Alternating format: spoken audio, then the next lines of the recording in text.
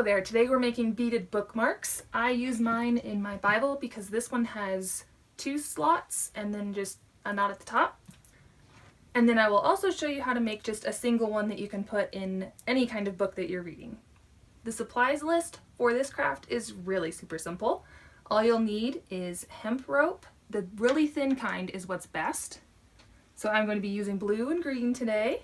And then you'll need some scissors that you can use to cut the hemp rope. Don't use sewing scissors, it will dull them.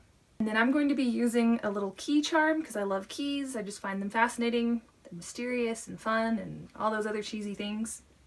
And then I'm using an assortment of beads that we will now see. Here are my supplies, and here's a closer look at the beaded bookmarks.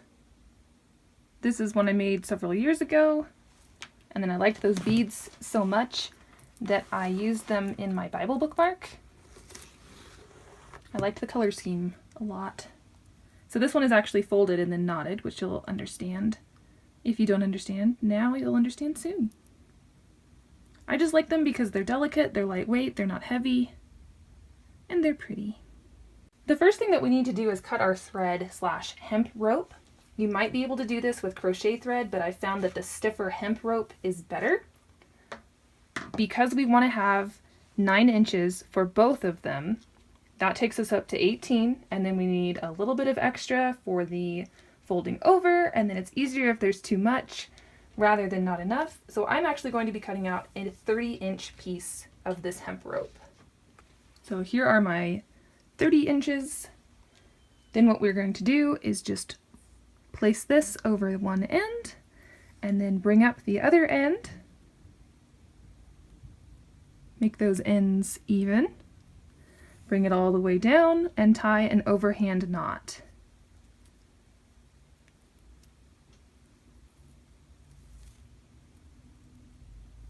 And then slide it down as close to the charm or the bead that you've chosen as possible. Go ahead and make this one super tight. For the rest of our knots, we're not going to make them very tight. We want them loose to where we can undo them. Now go ahead and thread on your beads in the order that you want them from top to bottom. So this is where our knot will be at the very end. On this one, the biggest bead is at the bottom. So we're going to start with the smallest one for me. If you have a little piece that's hanging off, and this also helps threading, go at it diagonally and trim it just a little tiny bit. This is also why we want our hemp rope to be longer rather than too short, because that helps with threading it on. If it does want to unravel on you as you're threading it, try and get it on there and then twist as you slide it on. And that can help sometimes.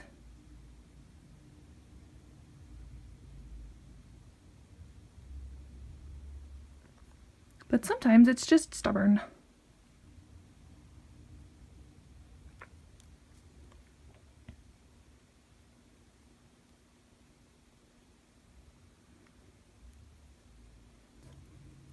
Once you have all of your beads on, line this up on your ruler or your cutting mat ruler, and then slide it down to about 9.5.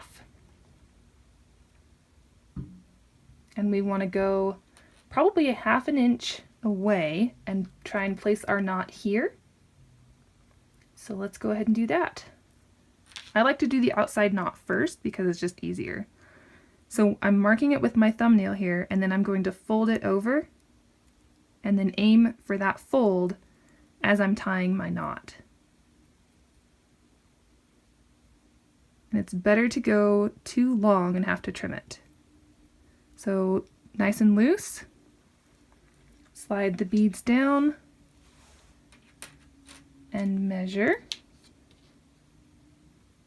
That looks pretty good for me. I'm going to go ahead and leave this one loose and then tie my other knot.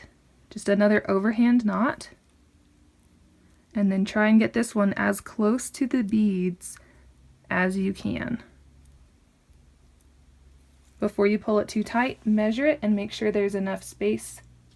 For me, there's not enough space. So I'm going to undo my outside one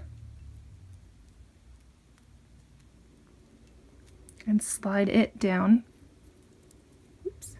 And then undo the top one.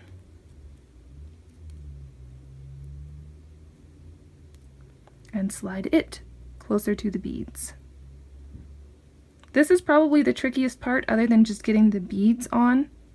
This spacing for some reason is really difficult to get.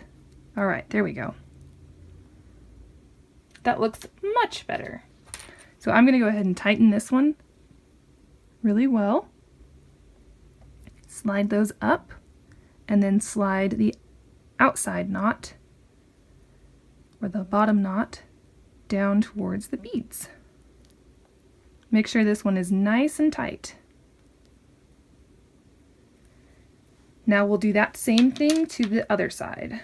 After you tighten both ends, go ahead and trim them. If you want to, you can add a dab of glue to help keep the knot in place. I just trim them probably about 1/8 of an inch away from the knot. And this bookmark is ready to be used. Now let's move on to our single bookmark. We again want to have at least 9 inches between the knots on the beads. And then probably 4 inches at least extra so that we have plenty of room to tie our knots after we put our beads on. So there's 9 plus 8 is 17. And now what we're going to do is thread all of our beads on, starting with the most middle beads. So with this one, I started here and did there, and then did this side to this side.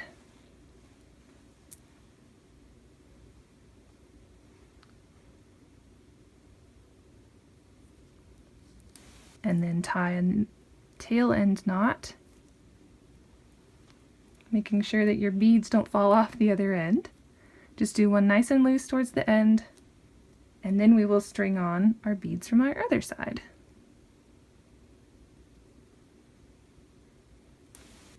And tie another knot at the end. Nice and loose. Now we're going to keep one of these knots. Whichever one is looser and easier to undo is probably the one we'll keep. So this side looks like it might be kind of troublesome to untie. So I'm going to go ahead and tighten this as far as it will go. And then slide my beads all the way down and tie an overhand knot near these beads. Might be easier this way, yeah. And just scrunch that down and try and get that knot super close to these beads. When you get it where you want it, tighten it up. So that's what mine looks like. Now we're going to measure from this knot to get 9 inches. That's about there. So using that technique again, actually I think I'll scooch down a little bit to about 9 1/4. Gonna fold it with my fingernail. Just solidify that crease. Then we'll tie a knot and aim for the fold. Same as the other one. And then slide those nice and close.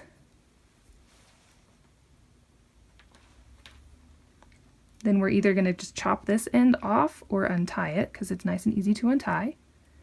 And tie a knot at this end. Perfect. That's actually 9 1/2, but if you're reading a bigger book, then if I'm reading a bigger book, then that won't be a problem. And then just snip about 1/8 of an inch away on both ends. And now you have 2 new bookmarks. How exciting. These are great. They're low profile bookmarks and you can even keep reading after you've turned the page. And it just dangles on the sides, off the edges. It's perfect. It doesn't damage the spine as far as I have seen, which I love. And there you have it. Super simple bookmarks. Didn't take me very long. The longest process I think was just figuring out which bead arrangement I liked the best once I found a color scheme that I liked. So there's the double one. Here is the single. Pretty fun. Thank you guys so much for joining me for another video, and I hope to see you soon. Thanks for watching.